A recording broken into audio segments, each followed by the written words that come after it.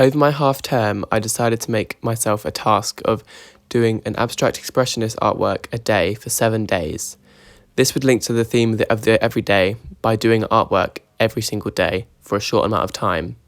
I focused on scale, medium, technique, and colour, and tried to use a new medium and technique every single day in each artwork.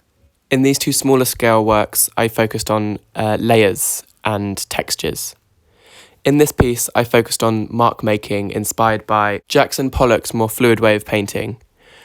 I did my research every single day on new artists and new themes in abstract expressionism. I took my information from books and websites.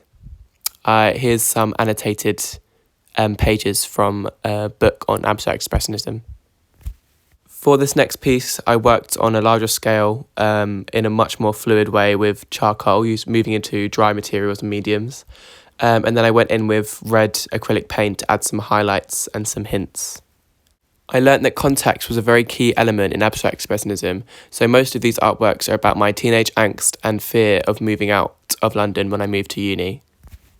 I then stuck with the charcoal medium and ink and focused more on Clifford Still's style and created these two abstract artworks inspired by his work more closely. And then here's an annotated photos of website text based on abstract expressionism. Then, taking inspiration from one of my summer project tasks, I made a larger scale burnt holes in plastic piece, which I really enjoy the texture that I created and the pulls and tears in the plastic. On my final day of the 7 days, I created a much larger scale abstract expressionist painting closely inspired by C.Y. Twombly's work and focused on the movement of my paintbrush lines, and also I added in some charcoal details.